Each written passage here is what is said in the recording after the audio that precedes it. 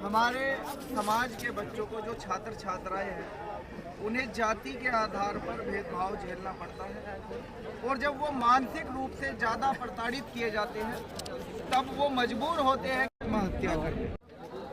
वो आत्महत्या सरकारी सिस्टम द्वारा मानसिक और जातिगत भेदभाव के कारण उनकी हत्या है, जो उच्च पदों पर बैठे हुए कुलपति करते हैं। बड़ी जाति के लोग हैं, सवर्ण जाति के लोग हैं, और जो लोग यूजीसी का विरोध कर रहे हैं, विरोध करने वालों में वही लोग हैं जो जाति के आधार पर भेदभाव करते आए हैं और करते रहना चाहते हैं। अच्छा, आप कह रहे हैं कि आज भी देश में भेदभाव होता है, जबकि देश को आजाद हुए 75-76 साल हो गए। भेदभाव तो जब तक मनुवाद की सोच यहाँ भारत में जिंदा रहेगी तब तक भेदभाव होता रहेगा।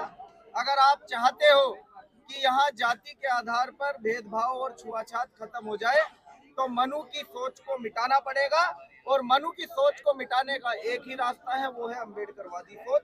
अम्बेडकरवादी सोच सबको बराबरी का, समानता का अधिकार देगी। यूजीसी का कौन कौन लोग समर्थन कर रहे हैं?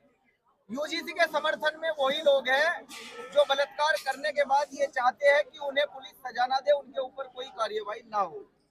वो तमाम लोग जो चाहते हैं कि सरकार उनके बाप दादाओं की है, सरकार उनके घर की बपोती है।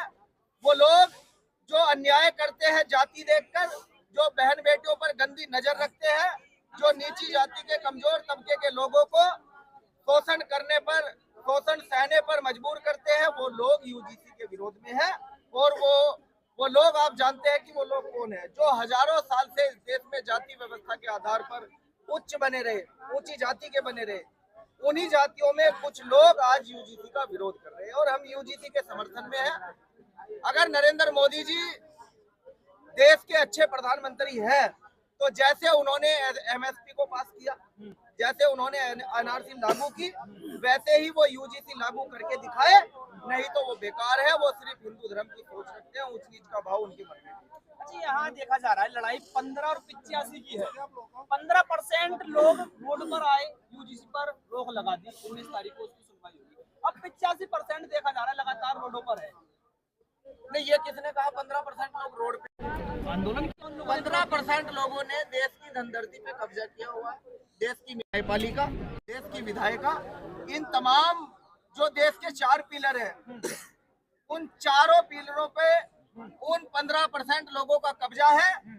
4 लोग एक कमरे में बैठ के एक रणनीति तय करते हैं, जिससे इस देश का जातिवादी मनुवादी मीडिया बड़े स्तर पर यह बताता है कि यूजीसी के खिलाफ एक बड़ा आंदोलन चल रहा है।